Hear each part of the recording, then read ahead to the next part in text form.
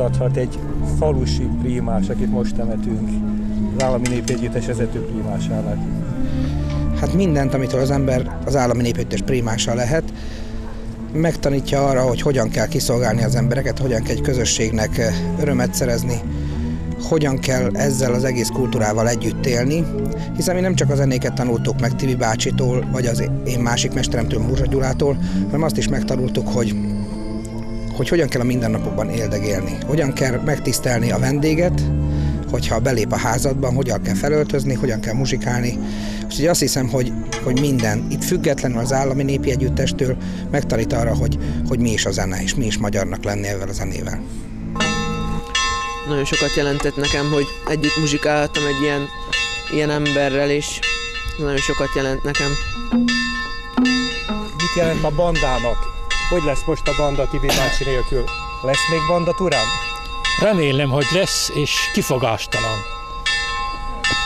Bár más falvakban is ilyen utógeneráció volna, mint itt, sajnos nem látnak jövőt a fiatalok ebbe a zenélésbe, és ez nagyon nagy kára az országnak és mindenkinek, a népnek. Tehát valamikor egy kincs volt. Ez a harang lehet, hogy a cigány zenének szól? Sajnos nem. Vége van, még mert... magyar ember lesz addig szerintem addig kell a magyar nóta, és még magyar nótát tudunk játszani, addig lesz a magyar is. Magyar.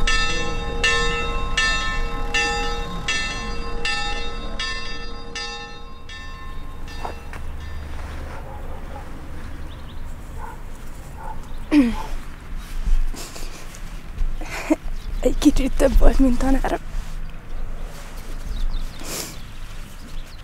Mi az, amit tőle tanultál, amit senki mástól nem lehetett talán megtanulni? Hát...